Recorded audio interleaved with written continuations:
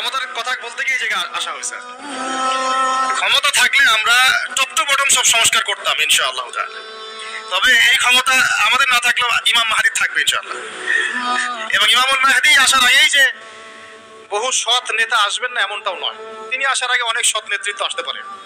আর তিনি কবে আসবেন, কোন সালে আসবেন আমরা জানি না, কিন্তু আমরা এতটুকু জানি যে এখনকার এই যে ফিতনা ফাসাদ আর অরাজকতা এগুলো চিরস্থায়ী হবে না, আস্তে আস্তে আস্তে আস্তে একটা পরিবর্তন আসবে ইনশাআল্লাহ। এখন আমরা কিন্তু অধঃপতনের যুগে বাস করছি। এই যুগে যদি আমরা ঈমান আমল হেফাজত করতে চাই, কিছু কিছু কাজের কোনো বিকল্প নাই, সেটা নিয়ে আমরা আজকে কথা বলবো ইনশাআল্লাহ। কি কি কাজ করব তার আগে বলি যে আলোচনা শুধু শুনে চলে যাবেন না। বক্তাকে দেখতে আসলে এটা কিছুই হলো না, আমাকে দেখে আপনি কিছু কোনো লাভ নাই। আমি তো আর হাজার আসওয়াদ না যে ছুঁইলে আপনি পাপ মাফ হবে। যে কথাগুলো বলা হচ্ছে এই কথাগুলো একটু বাসায় গিয়ে মেলাতে হবে। আর যখন দিনের কোনো কথা শুনবেন, যে কারো কাছেই, যে কোনো ব্যক্তিত্বের কাছেই দিনই কথা শুনবেন, একটা নিরপেক্ষ দৃষ্টিভঙ্গি নিয়ে কথা শুনবেন। আগেই কারো দিকে বায়াস্ট হয়ে যাবেন না। বায়াস্ট বোঝেন কিনা?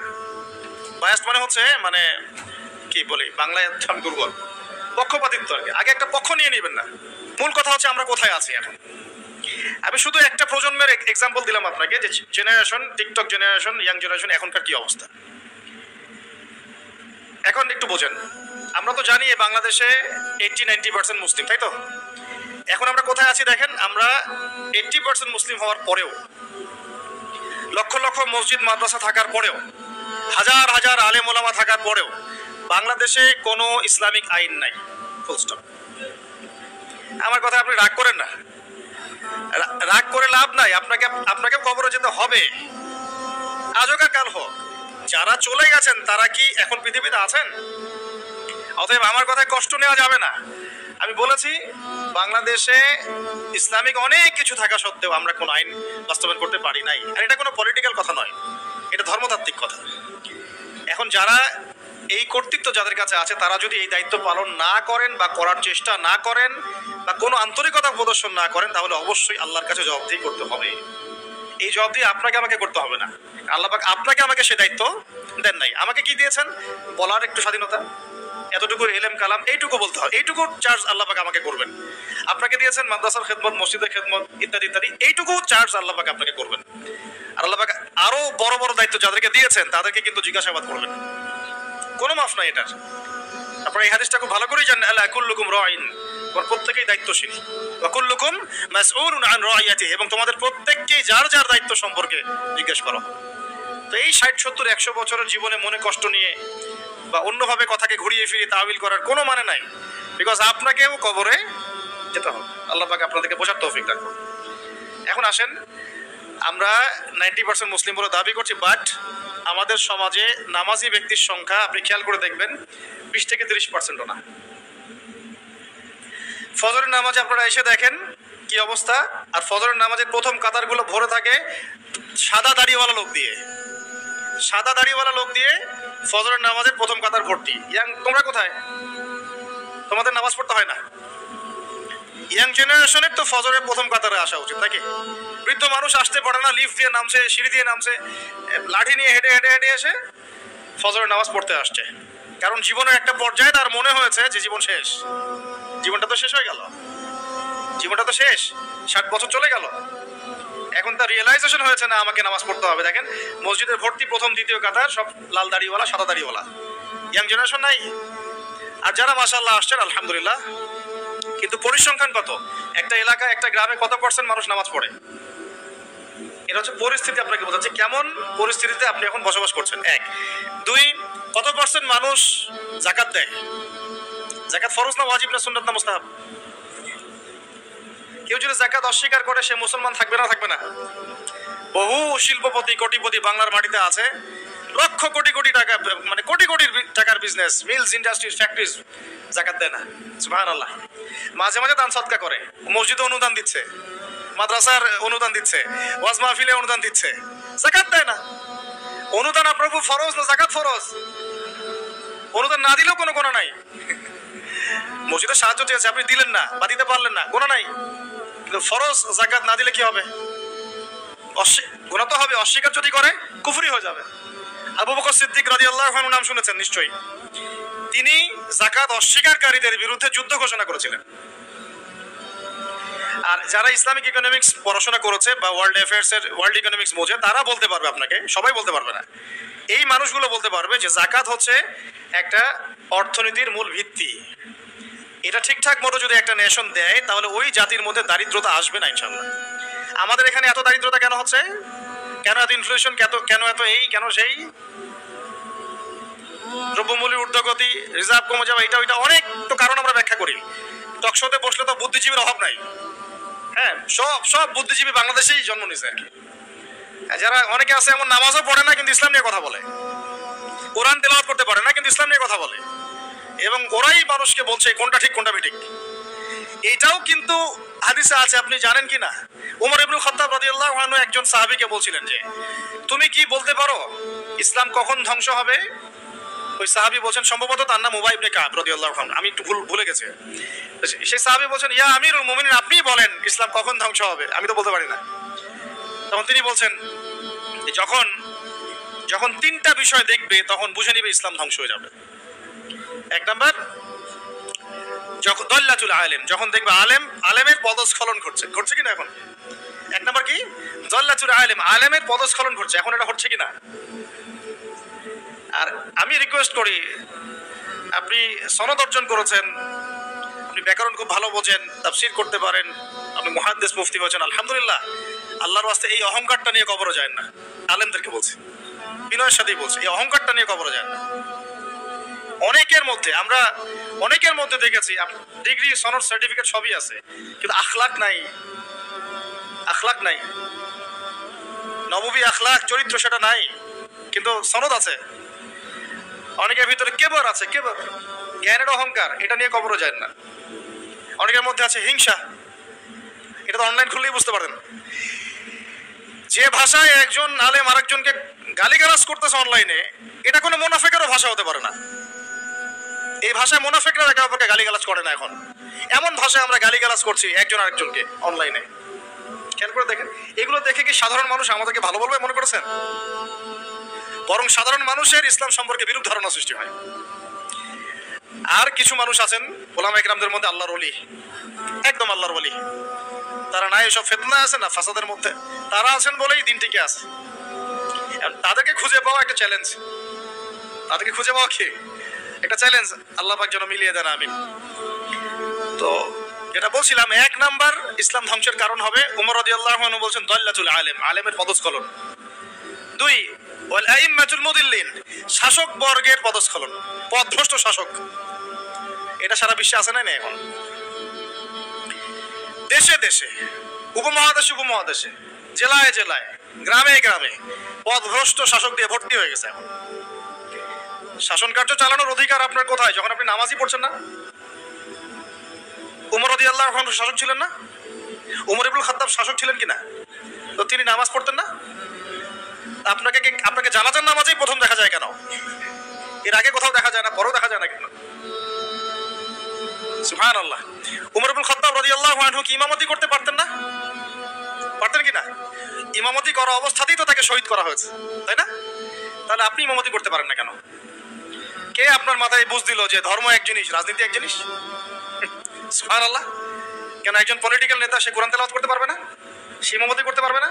ধর্ম কি, আমাদের ধর্মটা কি ওই নাকি বুদ্ধিজম, জিউজিজম, ইহুদিদের ধর্ম, খ্রিস্টানদের ধর্ম, বৌদ্ধ ধর্ম, যেখানে সব আলাদা আলাদা, সংস্কৃতি আলাদা, অর্থনীতি আলাদা, রাজনীতি আলাদা, ধর্ম আলাদা? আমাদের থেকে এরকম জগা খিচুড়ি ধর্ম নাকি কোরআনের এই কিতাবের মধ্যে আল্লাহ পাক সব নাজিল করেন নাই? এই কিতাবটা হাতে নিয়ে একটু বলুক দেখি যে এই কিতাবের মধ্যে সব নাই। কত বড় কলিজা আছে, আল্লাহর সামনে দাঁড়িয়ে বলুক যে এই কিতাবের মধ্যে আল্লাহ তুমি সব নাজিল করো নাই, তাই আমার এগুলো দরকার হচ্ছে। এই কথা বলার সাথে সাথে ঈমান চলে যায় মানুষের, যদি কেউ মনে করে যে এই কিতাবের মধ্যে এবং সুন্নতের মধ্যে আল্লাহ সব দেন নাই। তো আমার কথা রাগ করেন না, আমি আপনার নসিহত, আমি আপনার কল্যাণ কামনা করি।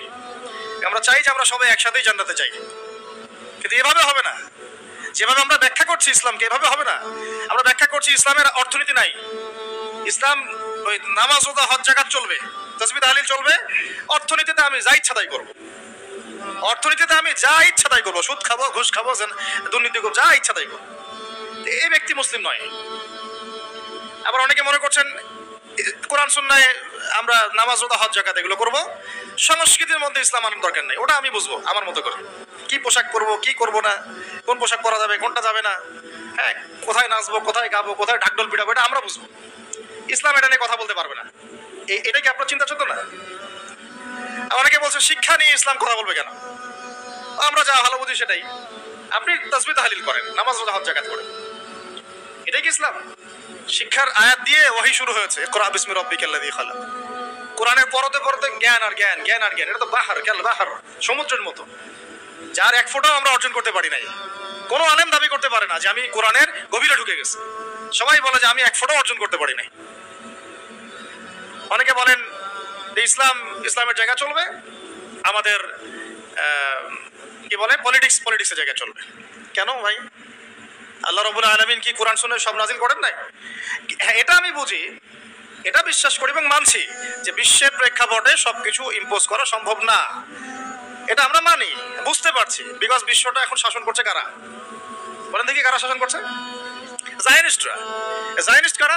পশ্চিমাদের মধ্যে একটা অ্যালায়েন্স আছে, ইহুদি খ্রিস্টান। সব ইহুদি সব খ্রিস্টান জায়নিস্ট না। এই শব্দটা কি আগে খুব বেশি শুনেছেন, ইদানিং শোনেন? এই শব্দগুলো বলার কারণেই এত গালিগালাজ খেতে হচ্ছে, এত গীবত তহমত এত অপবাদ আসতেছে, এইগুলো বলার কারণে। আমি যদি আপনাদেরকে খালি ফজিলত বয়ান করা শুরু করি, আমাকে মাথায় নিয়ে নাচবে সবাই। সুবহানাল্লাহ বললে এত নাকি হয়, আলহামদুলিল্লাহ বললে এত নাকি হয়, সারা জীবন এগুলো শিখবেন। একজন অফিসার আমাকে বলছিলেন যে ওযু আর গোসল শেখানো যায় না, এগুলো নিয়ে কথা বলার কি দরকার? তা বললাম স্যার আপনার বয়স কত? 45। তো 45 আপনি ওযু গোসল শেখেন নাই, আমাকে আবার শেখাতে হবে? সারা জীবন কি ওযু আর গোসলই শিখে যাবেন নাকি? তারা চিন্তা চেতনা এরকম যে ইসলাম এভাবেই চলবে, পুরো বিশ্বটা নিয়ন্ত্রণ করতেছে এখন এরা।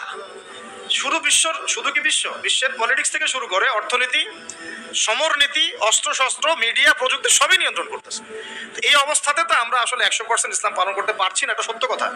কিন্তু আপনার আকীদা, বিশ্বাস তো থাকবে যে না ইসলাম পরিপূর্ণ। এখন পারছি না, ইনশাল্লাহ চেষ্টা চালিয়ে যাব। আজকে পারতেছি না, 100 বছর পরে পারবো ইনশাল্লাহ, এরকম তো চেতনা থাকতে পারে নাকি? আর যদি গা ঢিলা দিয়ে দিই, আরে এখন আর সম্ভব না, এখন ইসলাম শুধু আমি নামাজই পড়বো, আর কিছু করার নাই, আমার কিছু বলাও যাবে না, জনমত তৈরি করা যাবে না, তাহলে তো আর কিছু হলো না। বিগত 100 বছরে আমাদের এই অবস্থা হয়েছে। এটাকে আমরা বলি, আমরা ওয়ার্ল্ড অ্যাফেয়ার্সের ভাষায় বলি যে মনস্তাত্ত্বিক পরাজয়। কি এটা? মনস্তাত্ত্বিক পরাজয়। আমরা হেরে গেছি, মনস্তাত্ত্বিকভাবে হেরে গেছি।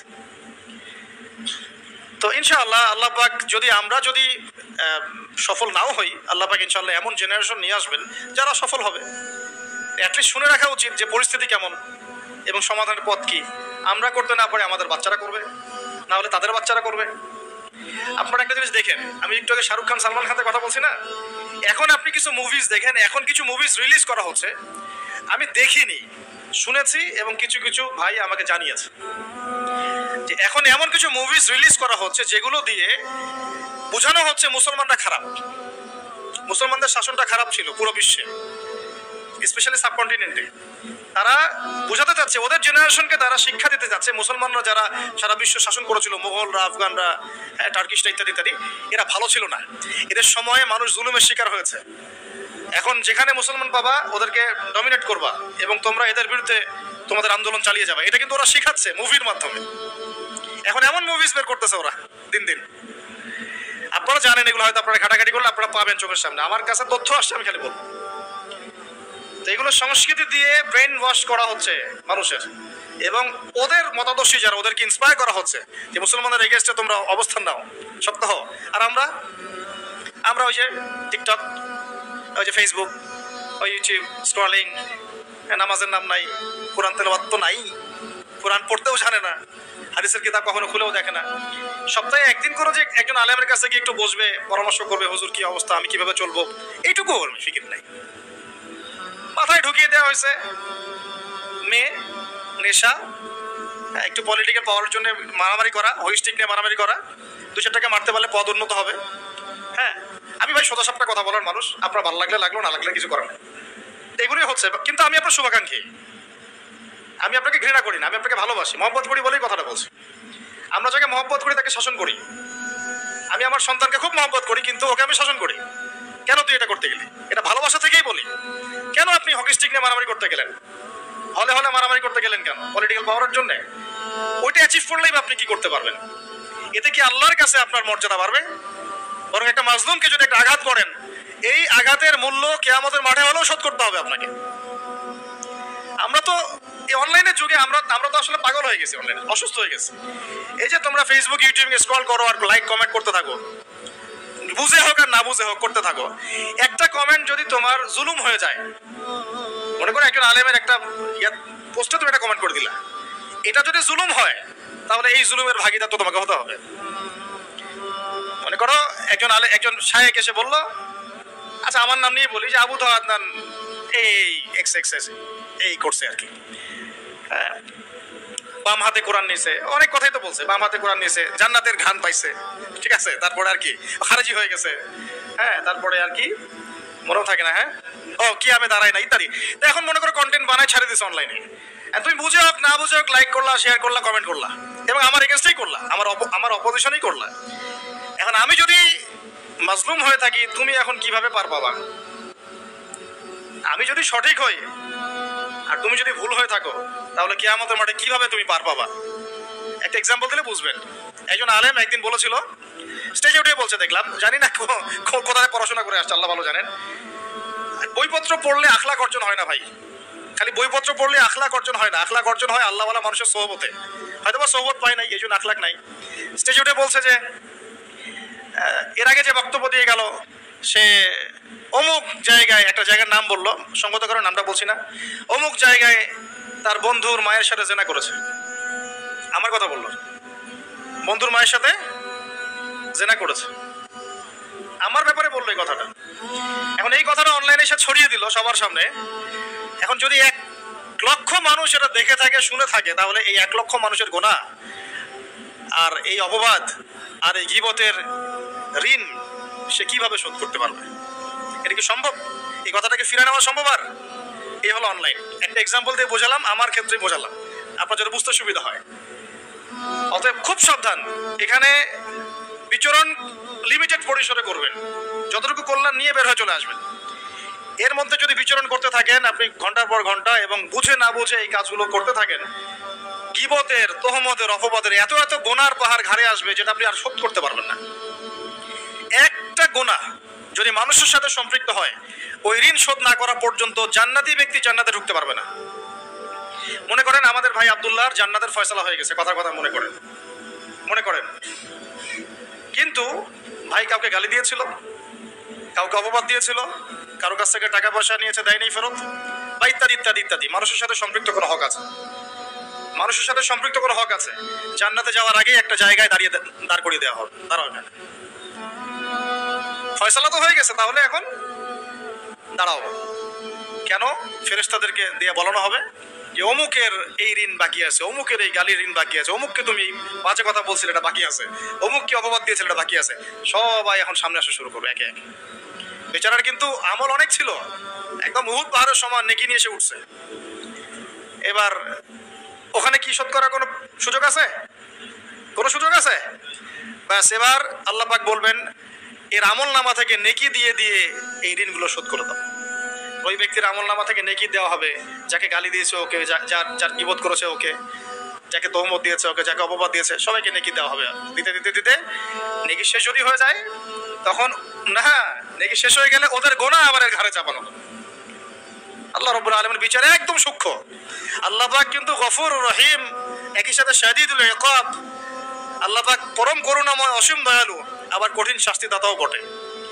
আল্লাহ পাক কারো প্রতি জুলুম করেন না, 1 জাররা পরিমাণ জুলুম হবে না। অন্য হাদিসে আসছে একটা শিংওয়ালা ছাগল দুনিয়াতে একটা শিং ছাড়া ছাগলকে গুতা দিয়েছিল। আমার শিং আছে, ওই যে পাওয়ার আছে, আমার দিলাম তোকে গুতা, এটাই তো কাজ দুনিয়ার। যার কাছে পাওয়ার আছে, আমার কাছে পাওয়ার আছে, নে তোকে গুতা দিলাম। ওই ছাগলও এই কাজ করছে। আল্লাহ পাক কিয়ামতের মাঠে ওই শিংহীন ছাগলকে শিং দিয়ে বলবেন এবার একে গুতা দিয়ে পরিশোধ করো। হিসাব এতটুকুই, এরপরে ওরা মাটি হয়ে যাবে, জান্নাতও নেই জাহান্নামও নাই। ওরা তো বেঁচে গেল, নাকি গুতা খেয়ে বেঁচে গেল। এবার এই ব্যক্তি সমস্ত আমল নামার গুনাহগুলো এবারে ঘাড়ে চাপানো হবে। তখন দেখা যাবে শুরুতে অনেক নেকি নিয়ে উঠেছিল, কিন্তু পরে এই ব্যক্তি জাহান্নামে চলে গেল, ওরা জান্নাতে চলে গেল। আমরা কি এটা চাই? ভাই আল্লাহর সাথে যত পাপী থাকে থাক, এটা একটা সেজদায় মাফ হতে পারে ইনশাআল্লাহ। আল্লাহ পাকের সাথে অনেক পাপ আছে আমাদের, মনে করে নামাজ পড়ি নাই, রোজা রাখি নাই, যাকাত দেই নাই, ইত্যাদি ইত্যাদি অনেক পাপ, আল্লাহর হক অনেক নষ্ট করেছে। একটা সেজদা যদি কবুল হয়ে যায়, একটা ইস্তেগফার যদি কবুল হয়ে যায়, ইনশাআল্লাহ সব গুনাহ মাফ হয়ে যাবে। কিন্তু মানুষের সাথে জড়িত যদি গুনাহ থাকে, এই যে গীবত, তহমত, অপবাদ ইত্যাদি ইত্যাদি, কারো সম্ভ্রমহানি করেছেন, কাউকে বেইজ্জত করেছেন ইত্যাদি, এই দুনিয়াতেই হায়াত থাকতেই মাফ নিতে হবে। পরকালে এগুলো শুধরানোর কোনো সুযোগ নাই। আর এই অনলাইনের যুগে এটা এত বেশি বেড়ে গেছে যে আমরা এটাকে মুরগির মতো মনে করি। ইচ্ছা হইলে বলে দিলাম, ইচ্ছা হলে কমেন্ট করে দিলাম, যা ইচ্ছা তাই বলে দিলাম। আল্লাহ পাক আমাদেরকে বোঝার তৌফিক দান করে নেবেন। অবস্থা হচ্ছে ভাই এই যে আমরা সত্যি মুসলিম প্রধান, কিন্তু আমাদের মধ্যে নামাজ, যাকাত, সওম, তারপরে আপনার আমর বিল মারুফ নাহি আনিল মুনকার, হ্যাঁ, ইসলামিক দাওয়াত, জামা, ঐক্য, ইমারা, এগুলো ত্রুটি আছে, ঘাটতি আছে। আর বৈশ্বিক প্রেক্ষাপটটা আরো কঠিন বললাম। এখানে নিয়ন্ত্রণ আমাদের হাতে নাই। কাদের হাতে? জায়নিস্টদের হাতে। ওরা বিশ্বের বড় বড় সেক্টর নিয়ন্ত্রণ করছে। মানে আমরা যদি এখানে বসে অনেক বড় বড় কথা বলে ফেলি, আসলে কিছুই যায় আসতেছে না বিশ্বের প্রেক্ষাপটে। অনেক বুঝতে পারতেছেন? মনে করেন আমরা এখানে বসে অনেক বড় বড় কথা বলে ফেললাম, আদতে ওয়ার্ল্ডের প্রেক্ষাপটটা বিন্দুমাত্র পরিবর্তন হচ্ছে না। কারণ আমরা তো কথা বলছি লিমিটেড পরিসরে, আর অল্প কিছু মানুষ। যদি সবাই মিলে কথা বলতাম তখন হয়তো কিছু হতো, বা উপরে লেভেল থেকে কথাগুলো যেত তখন হয়তো কিছু হতো। আমি আজকে থেকে 2-4 বছর আগে আপনাদেরকে ইসরায়েল আমেরিকা নিয়ে কথা বলি নাই, ওদের চরিত্র সম্পর্কে কথা বলি নাই। এখন আমাদের গভর্নমেন্ট পর্যন্ত বুঝতে পারছে ওদের চরিত্র কেমন। খেয়াল করে দেখছেন কি? দেখছেন একটার পর একটা স্যাংশন দিচ্ছে এখন, একটার পর একটা। কেন? ওদের স্বার্থে আপনি আঘাত লাগছে যে এখন ওদের স্বার্থে আঘাত লাগলেই ওই দেশকে তারা একদম চিপে ধরবে। মনে করেন তুরস্ক একটা দেশ, নাম তো শুনেছেন, প্রেসিডেন্ট নাম কি? বিগত 20 বছর থেকে তিনি 20 থেকে 21 বছর হবে তিনি শাসন ক্ষমতায় আছে। তুরস্ক একটা সময় অনেক মানে খুবই একটা ইউরোপিয়ান কান্ট্রির মতো হয়ে গেছিল আর কি। বিকিনি পরে মেয়েরা ঘুরে বেড়াতো। আস্তে আস্তে আস্তে আস্তে অনেক সংস্কার করার চেষ্টা করছেন। আলহামদুলিল্লাহ, আমরা দোয়া করি আল্লাহ পাক প্রত্যেকটা মুসলিম শাসকদেরকে নেখায়াত দারাজ করুন, এবং যারা ইসলামের খেদমত করার চেষ্টা করে, সেটা আমাদের দেশের হোক আর অন্য যে কোনো দেশের হোক, আল্লাহ পাক সবাইকে নেখায়াত দারাজ করুন। তাদেরকে আল্লাহ পাক দীর্ঘজীবী করুন, ইসলামের খেদমত করার তৌফিক দান করুন। আমরা দোয়া করব। তো এখন আস্তে আস্তে অবস্থাকে অনেক ভালো একটা জায়গায় আনার চেষ্টা করছিলেন উনি। যখনই দেখলো তারা যে তিনি ইসলাম কেন্দ্রিক কাজ করছেন, ইসলামকে প্রমোট করছেন, হ্যাঁ, আলেম ওলামাদেরকে মানে প্রমোট করছেন, মসজিদ মাদ্রাসাকে প্রমোট করছেন। একসময় তুরস্কে আজান বন্ধ হয়ে গেছিল, ইতিহাস পড়ে দেখেন, আজান দেওয়া বন্ধ ছিল। ওই জায়গা থেকে এখন তিনি এই জায়গায় নিয়ে আসছেন। একসময় মালয়েশিয়ার অবস্থা তো ভালো ছিল না, খুবই দারিদ্রতা ছিল। এখন মাশাআল্লাহ দেখেন গিয়ে কি অবস্থা। এখন ইকোনমিক অবস্থা অনেক শক্তিশালী, তাদের অনেক শক্তিশালী। এগুলো হয়েছে আল্লাহ পাকের বরকতে, রহমতে। যখন আপনি ইসলাম নিয়ে কাজ করেন, আল্লাহ পাকের রহমতের দরজা খুলে দেবেন ইনশাআল্লাহ। এটা আমাদের ক্ষেত্রে হতে পারতো। আল্লাহ পাক আমাদের নেতৃস্থানীয় ব্যক্তিদেরকে হেদায়েত দান করুন, দোয়া করি, বোঝার তৌফিক দান করুন এবং সাহস দান করুন। এখন দেখেন, যখনই তারা ইসলাম নিয়ে কথা বলা শুরু করলেন, বড় বড় কান্ট্রির নেতারা তাদের অর্থনীতির উপরে নিষেধাজ্ঞা আরোপ করে দিল। খেয়াল করে দেখছেন, লিরার মান কমে গেল। ইন্দোনেশিয়ার কি জানি ওদের, ইন্দোনেশিয়ার রুপি না, ভুলে গেলাম, ওটার মান কমে গেল। এই যে কদিন আগে পাকিস্তানের একজন প্রেসিডেন্ট ছিলেন ইমরান খান, নাম তো মনে আছে। আমি পারভেজ মোশাররফের কথা বলছি না। পারভেজ মোশাররফের সময় পাকিস্তানের ভূমি ব্যবহার করে আমেরিকা বোমা হামলা চালিয়েছে আফগানিস্তানে, মনে আছে? ওরা এরকম পলিটিক্স করে, কোন একটা জায়গায় যদি আক্রমণ করতে হয় তার পাশে আগে পরিস্থিতি তৈরি করে, পরিবেশ তৈরি করে। আগে পারভেজ মোশাররফকে ক্ষমতায় বসিয়েছে, তারপরে ওই জায়গাটা দখল করে ওইখানে বেস ক্যাম্প স্থাপন করে আফগান থেকে বোম মারা শুরু করেছে। সেই আফগান কি পড়ে গেছে? এখনকার রিপোর্ট দেখেন, এই চলতি সিজনে সবচেয়ে টাকার মান এখন ওদের বেশি। টাকার মান অন্যদের কমছে, কিন্তু ওদেরটা কমে নাই, বেড়ে গেছে। সবচেয়ে সফল কারেন্সি বলা হচ্ছে ওদের কারেন্সিকে। কেন? এর ভিতরে ঢুকলে অনেক গভীরে ঢুকতে হবে, আমি ওদিকে যেতে চাচ্ছি না, অনেক গভীরে ঢুকতে হবে। মূল কথা হচ্ছে ইমানের কারণে, জাজবার কারণে তারা কি মাথা নত করেছিল আমেরিকার সামনে? বরং আমি শুনেছি, এটাও শোনা কথা, আমি আলেমদের কাছে শুনেছি, সেখানে প্রতি 5টা ঘরে ঘরে একজন করে শহীদ পাবেন। আপনি প্রতি 5টা ঘরে ঘরে একজন করে শহীদ পাবেন। ঘরে ঘরে দেখবেন কারো হাত নাই, কারো পা নাই। ওই যে দীর্ঘদিন বোম্বিং করেছে, এবং এগুলো নাকি তারা মানবতার কল্যাণে করেছিল, গণতন্ত্র প্রতিষ্ঠার জন্য করেছিল। পরে তাদের কাছে নাকানে চুমানি খেয়ে পালাতে হলো। তারা কি পড়ে গেছে? পড়ে যায় নাই। কিন্তু আমি যে পয়েন্টের কথা বলছি, যখনই ইসলাম নিয়ে কেউ কাজ করার চেষ্টা করে, কথা বলার চেষ্টা করে, ওরা যেহেতু বিশ্বের অর্থনীতি নিয়ন্ত্রণ করছে, রাষ্ট্র ক্ষমতা নিয়ন্ত্রণ, রাজনীতি নিয়ন্ত্রণ করছে, মিডিয়া নিয়ন্ত্রণ করছে, এগুলো দিয়ে তারা ওই কান্ট্রিগুলোর উপর চাপ আরোপ করতে থাকে। এটা বুঝবেন, আস্তে আস্তে আরো বুঝবেন, ক্লিয়ার হবে। পশ্চিমাদেরকে যে বন্ধু রূপে গ্রহণ করেছে, ওদের শত্রুর দরকার নাই, কথা মনে রাখেন। তবে সবার কথা বলছি না, জায়নিস্টদের কথা বলছি। ওদেরকে যে বন্ধুরূপে গ্রহণ করেছে, ওর শত্রুর দরকার নাই। দুর্ভাগ্য, দুঃখ লাগে, এখন আরবের কিছু কান্ট্রি এটাকে বন্ধুরূপে গ্রহণ করেছে। ইসরায়েলকে অ্যাক্সেস দিচ্ছে, আকাশ ব্যবহার করতে পারবে, এইটা সেইটা। ভাই কিছু বলদরা এগুলো বোঝেন, আপনারা তো বোঝেন, অ্যাটলিস্ট যারা বিশ্ব সম্পর্কে খোঁজখবর রাখেন আপনারা তো বোঝেন। আমাদের দেশে কিছু বলদও আছে যারা এগুলো বুঝতে চায় না। তারা মনে করে এগুলো আমরা মিথ্যা কথা বলছি।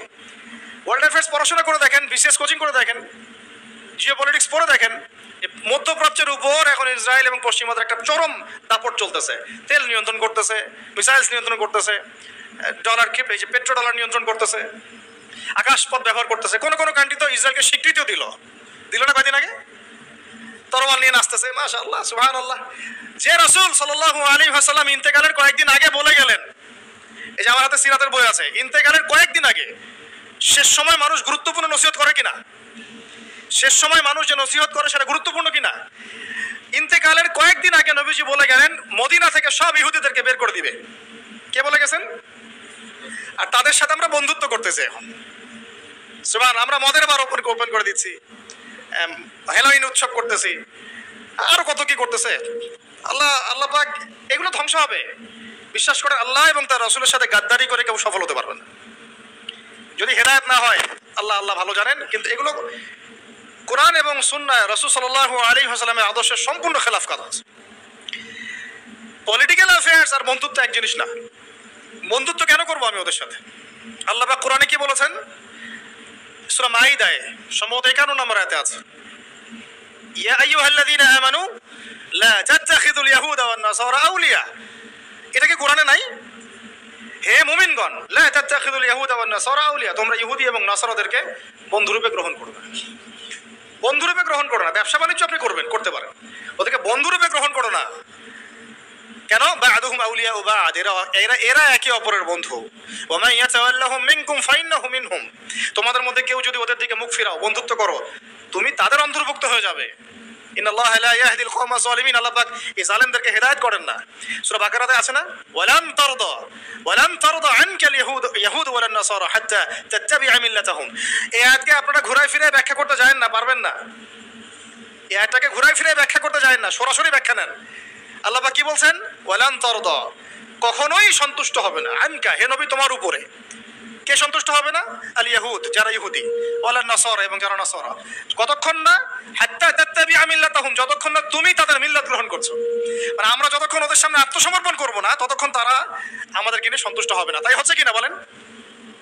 এখনই যদি বলি হ্যাঁ ঠিক আছে আমরা তোমাদের সব মেনে নিলাম, আমাদেরকে মাথায় নিয়ে নাচবে, এই তো।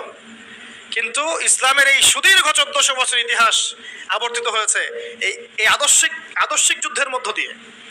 ওদের আদর্শের সাথে আমাদের আদর্শ কখনোই মিক্স আপ ছিল না। আল্লাহ নবী এমন নবী ছিলেন যিনি প্রথম দিকে চুল পিছনের দিকে আঁচড়াতেন, এইভাবে ব্যাক ব্রাশ করে। মদিনায় গিয়ে দেখলেন ইহুদিরা ব্যাক ব্রাশ করে, নবী সাল্লাল্লাহু আলাইহি ওয়াসাল্লাম মাঝখানে সিধা করা শুরু করলেন। এভাবে তিনি তাদের বিরোধিতা করতেন। বুঝতে পারছেন কথা আমার? ইহুদি খ্রিস্টানরা হায়েজ নেফাস হলে মেয়েদেরকে তাড়িয়ে দিত, অন্য ঘরে রাখতো। এখন হয়তো তারা তাই করে। আল্লাহ নবী বিরোধিতা করলেন, হায়েজরত অবস্থায় মা আয়েশা রাদিয়াল্লাহু আনহার কোলে মাথা রেখে কোরআন তেলাওয়াত করলেন, পদে পদে বিরোধিতা করলেন। ওরা ওই যে মুহররমের দিন সওম রাখে, তাই না? আশুরা মুহররমে সওম রাখে নাজাতে মুসার ইয়াতে। আল্লাহ নবী বললেন আগামী বছর বেঁচে থাকলে আমি 9-এর সাথে হয় সামনে একদিন নাহলে পিছনে একদিন রাখবো। মানে বোঝাতে যাচ্ছি প্রত্যেক পদে পদে আল্লাহ নবী তাদের বিরোধিতা করেছেন। শেষ বয়সে বলে গেছেন ইন্তেকালের কয়েকদিন আগে, তোমরা এদেরকে আরব উপদ্বীপ থেকে বের করে দিও। নিজের 23 বছরের এই জীবদ্দশায়, নববী জীবনে তিনি খায়বারের যুদ্ধ করেছেন, বনু কুরাইজার সাথে যুদ্ধ করেছেন, বনু নাজিরের সাথে যুদ্ধ করেছেন, আরেকটা কি কাইনুকার সাথে যুদ্ধ করেছেন। 4টা বড় বড় ইহুদি গোত্রের সাথে যুদ্ধ করেছেন। আর আমরা ওদের সাথে এখন বন্ধুত্ব করি, আতাত করি, ওদেরকে ছাড়া চলে না। বাই দ্য ওয়ে, বিশ্বটার নিয়ন্ত্রণ ওদের হাতে এখন। এটা মেনে নিয়ে কথাগুলো হজম করতে হচ্ছে। ভিতরে আগুন জ্বললেও কিছু করার নাই, কারণ আমরা বিগত 100 বছরে এমন একটা জায়গায় চলে আসছি যে এখন আমরা অধঃপতনের যুগে বাস করছি। আর কেনই বা হবে না? ওই যে বললাম, নামাজ নাই, যাকাত নাই, ফজরের সালাত নাই, কোরআন তেলাওয়াত নাই, আমাদের দাড়ি টুপিওয়ালা মানুষের মধ্যে ইসলামী আখলাক নাই। দাড়ি আছে, টুপি আছে, মাশাআল্লাহ, আখলাক নাই। একটা হিন্দুর দোকানে গিয়ে দুধ কিনতে কমফোর্ট ফিল করি যে ওই বেচারা মাপে কম দিবে না, দুধে ভেজাল দিবে না। একটা মুসলমানের দোকানে আপনি পণ্য কিনতে হাজারবার চিন্তা করেন, বাপরে বাপ কোন দিক দিয়ে ঠকায় দেয় আমাকে। কোন জায়গায় চলে আসছি? মুসলমান ছেলেরা তোমরা এখন জেনায় লিপ্ত হচ্ছ, টিকটক করছো, ফ্রি মিক্সিং করছো, মেয়েদের সাথে ডেটিং করছো, আড্ডা মারছো, ঘুরছো, ইতিহাস পড়তেছো না, আমরা কোন জাতি সেটা জানতেছো না, কোরআন পড়তেছো না, নামাজ পড়তেছো না, মাদকের কাছে যাচ্ছ। মুসলমান, এটা মুসলমান ছেলে পেলে, মুসলমানরা সুদ খাচ্ছে, ঘুষ খাচ্ছে, দুর্নীতি করতেছে। তাহলে আমরা বিগত 100 বছর এই জায়গায় আসবো না কেন, সেটা আমাকে বলেন। এখন সমাধানে আস, আমরা কি আদৌ চাই যে অবস্থার পরিবর্তন হোক? মোবাইল ফোনগুলো একটু বন্ধ করেন। আমরা কি আদৌ চাই যে অবস্থার পরিবর্তন হোক? সত্যি চাই কি ভাই? আচ্ছা, আমরা না হয় নাই বা পারলাম, আমরা চাই না আমাদের সন্তানরা পারুক, আমাদের সন্তানরা পারুক। আমরা তো 30 বছর চলে গেছে, আপনার হয়তো 40, আপনার 50 চলে গেছে, কারো 60 চলে গেছে, পারি নাই। আমরা কি চাই না আমাদের সন্তানরা পারুক বা তাদের সন্তানরা পারুক? কেউ পারুক বা না পারুক, আল্লাহ পাক কি বলেছেন শোনেন। এই কথাটা বলে সমাধানগুলো বলে দিই, পয়েন্টগুলো খালি। আল্লাহ পাক বলেছেন যে ওয়াইন তাতাওয়াল্লাউ, তোমরা যদি মুখ ফিরায় নাও। ও, তার আগে আল্লাহ বলেছেন সূরা মুহাম্মাদে আছে, ইন তানসুরুল্লাহ ইয়ানসুরকুম ওয়া ইউসাব্বিত আকদামাকুম, তোমরা যদি আল্লাহকে সাহায্য করো, আল্লাহর দ্বীনকে সাহায্য করো, আল্লাহ পাক তোমাদেরকে সাহায্য করবে ইনশাআল্লাহ। শর্ত আছে একটা, এমনি এমনি সাহায্য আসবে না। কখন সাহায্য আসবে বলেন? যখন আমরা আল্লাহর দ্বীনকে সাহায্য করব। বলেন তো আমরা আমাদের আল্লাহর দ্বীনকে কতটুকু সাহায্য করছি নিজ নিজ জায়গা থেকে? আপনারা আল্লাহ পাক তৌফিক দান করুন, আপনারা উমরা করতে যান, হজ করতে যান, রাসূল সাল্লাল্লাহু আলাইহি ওয়াসাল্লাম রওজা জিয়ারত করবেন ইনশাআল্লাহ, আল্লাহ পাক তৌফিক দান করুন। সেখানে যদি আপনার ভিতরে অনেস্টি থাকে, আপনার লজ্জা লাগবে। আপনি রাসূল সাল্লাল্লাহু আলাইহি ওয়াসাল্লাম সামনে দাঁড়াতে লজ্জাবোধ করবেন, আপনার ভিতরে খারাপ লাগবে। যদি আপনার মধ্যে অনেস্টি থাকে, মনে একটা ফিলিংস আসতে পারে আপনার যে নবী মুহাম্মদ সাল্লাল্লাহু আলাইহি ওয়াসাল্লাম তার উম্মতের জন্য 23 বছর অবর্ণনীয় কষ্ট সহ্য করলেন, আমি তার কাছে আসছি আজকে সালাম দিতে, তার দিনের জন্য কি করে আসছি? তিনি কি এই দিন ছাড়া আর কিছু রেখে গেছেন? তাহলে আমরা তার দিনের জন্য কি করলাম, কতটুকু করতে পারলাম? আল্লাহ পাক এটাই বলছেন, ইন তানসুরুল্লাহ, তোমরা যদি আল্লাহকে সাহায্য করো, মানে আল্লাহর দ্বীনকে সাহায্য করো। তার মানে আল্লাহকে সাহায্য করার অর্থ কি? আল্লাহর দ্বীনকে সাহায্য করো। তাহলে আল্লাহ পাক ইন তানসুরুল্লাহ ইয়ানসুরকুম, আল্লাহ পাকও তোমাদেরকে সাহায্য করবেন। ওয়া ইউসাব্বিত আকদামাকুম, তোমাদের পা আল্লাহ পাক সুদৃঢ় করে দিবেন ইনশাআল্লাহ। আর আল্লাহ পাক এই সূরার শেষের দিকে বলছেন, সূরা মুহাম্মাদে আছে, ওয়াইন তাতাওয়াল্লাউ, আর তোমরা যদি মুখ ফিরায় নাও, মানে দিন পালনও করো না, দাওয়াতও দাও না, দিন প্রচার প্রসারের চেষ্টা করো না, মানে দিন নিয়ে তোমাদের কোনো ফিকির নাই। ওয়াইন তাতাওয়াল্লাউ, মুখ ফিরায় নাও যদি, আল্লাহ পাক কি করবেন? ইয়াস্তাবদিল কওমান গায়রাকুম, আল্লাহ পাক তোমাদেরকে সরায় দিয়ে নতুন একটা কওম নিয়ে আসবেন ইনশাআল্লাহ। আমাদের কোনো প্রয়োজন আছে আল্লাহ পাকের? আমরা না থাকলে কি মহাবিশ্বে খুব ক্ষতি হয়ে যাবে? আমরাই যারা এখানে বসে কথা বলছি, আমরা যতক্ষণে কথা বলছি, এই 1 ঘন্টাতে পৃথিবী কিন্তু ঘুরে গেছে অনেক দূর, সময় চলে গেছে। আমরা পরকালের দিকে আগায় গেছি, একটু কবরের দিকে আগায় গেছি, তাই না? কিয়ামতের দিকে আগায় গেছি। আমরা যদি এখন পৃথিবীতে নাই বা থাকতাম, পৃথিবীর কোনো ক্ষতি হতো? ঘূর্ণন কমে যাইতো? সুবহানাল্লাহ। এটা বুঝতে হবে প্রিয় ভাই। একটা ফিকির করবেন খালি বাসায় গিয়ে, যে আপনি না থাকলে কারো কিছু আসে যায় কি না। কালকে যদি আমরা কেউ না থাকি, আল্লাহ না করুক পৃথিবীতে, তাহলে কারো কি কিছু এসে যাবে কিনা? আপনার বাবার, আপনার মায়ের, আপনার ভাইয়ের, আপনার বোনের, আপনার বসের, আপনার স্ত্রীর, আপনার সন্তানের, কারো কিছু আসে যাবে। এটা এভাবেই চলতে থাকবে। আপনার জায়গায় আবার কেউ আসবে, তাই কি না? এরকমই আপনার জমি অন্য কেউ নিবে, আপনার ব্যবসা অন্য কেউ দেখবে, এগুলোই হবে। সো আমরা যদি এইটুকু বুঝতে পারি, তখন আপনার মধ্যে চেতনা আসবে ইনশাআল্লাহ, আমার জীবনটা আল্লাহর জন্যে, আমি আল্লাহর দিন পালন করব, আমল করব, দিনে জ্ঞান অর্জন করব, প্রচার করব, দাওয়াতি কাজ করব। আল্লাহ পাক আমার হাতে যদি দিনের বিজয় দেন তাই হবে, যদি না হয় এই পথে চেষ্টা করতে করতেই শাহাদাত বরণ করবো ইনশাআল্লাহ। এই চিন্তা থাকবে, তখন আপনার জীবনে একটা মোটিভ থাকবে। এখন কি জীবনে কোনো মোটিভ বা গোল আছে? এখন গোল আছে চাকরি, ব্যবসা, জমি, সুন্দরী নারী, এই তো। এখন প্রথম কথা হচ্ছে, যদি আমরা চাই যে আল্লাহ পাক আমাদেরকে সরায় দিয়ে নতুন কম নিয়ে আসুক, সুম্মা লা ইয়াকুনু আমসালাকুম, তারা তোমাদের মতো হবে না। আমরা যদি আমাদের সৌভাগ্য অর্জন করতে চাই যে আল্লাহ পাক আমার দ্বারাই সেই খেদমতটা নেক, হ্যাঁ, আমরা নিজেদেরকে প্রমাণ করে দেখাই, তাহলে এই কয়েকটা কাজ মনোযোগের সাথে করার চেষ্টা করতে হবে। আল্লাহ পাক তৌফিক দান করুন, আমিন। কি কাজ ভাই? 1 নাম্বার বা করছি না, আপনাকে আমাকে সবাইকেই দিনের ইলম অর্জন করতে হবে। কি কাজ ভাই বলেন? ইলম ছাড়া কোনো কাজ নাই। আমরা আগেই বড় বড় অনেক জায়গায় কথা বলি, দিন কায়েম, জিহাদ, ইকামতের দিন, অনেক কথা বলি না, কিন্তু সবচেয়ে বড় বড় কথাগুলো আগে নয়। আগে কি ভাই বলেন? দিনের জ্ঞান অর্জন, দিনের ইলম অর্জনের এই সমুদ্রে আপনাকে ডুব দিতে হবে। এবং এই ডুবটা আপনি দিবেন একা একা নয়, কোনো না কোনো একজন, অন্তত একজন মুহাক্কিক বরেণ্য কোনো আলেমের সোহবতে, অন্তত একজন। যদি একাধিক থাকে তো আলহামদুলিল্লাহ, যদি আপনার 10 জন আলেমের সাথে সম্পর্ক রাখেন আলহামদুলিল্লাহ, কোনো সমস্যা নেই, কিন্তু অন্তত একজন মুহাক্কিক আলেমের সাথে পরামর্শ করে পড়াশোনা করতে হবে। ইসলামী